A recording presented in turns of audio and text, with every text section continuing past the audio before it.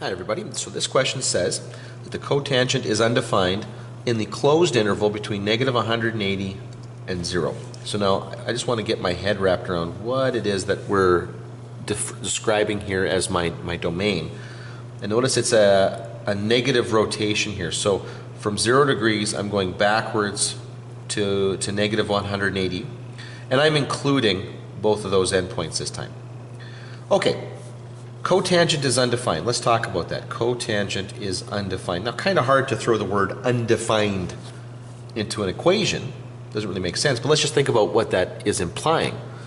Well, it implies division by 0. Okay, well, what am I dividing by 0? Well, it doesn't really matter at this point. It's all going to be undefined. So the easiest thing to do here is let's just assume that this is the unit circle. Okay, so I'm going to divide 1 by 0.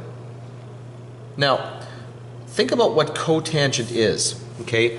As soon as you start dealing with these extreme values for these trig functions here, it really does help to take these definitions back to the original setup that you looked at when you were looking at sine, cos, and tan in standard with angles in standard position. Okay, cotangent is, this ratio is the x coordinate over the y coordinate.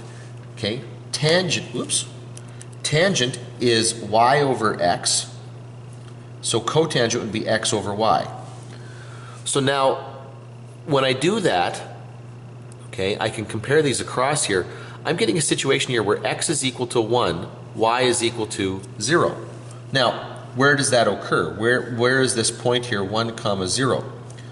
Well, that is over here.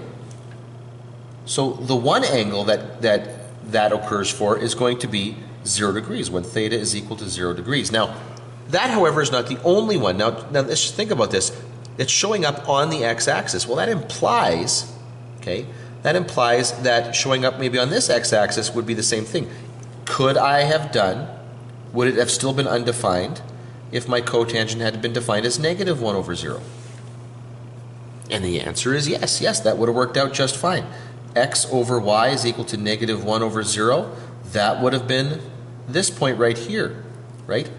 Negative 1 comma 0. That's that angle. Or actually, sorry, in this case, it would have been, sorry, I shouldn't have done that, because we're not rotating that way.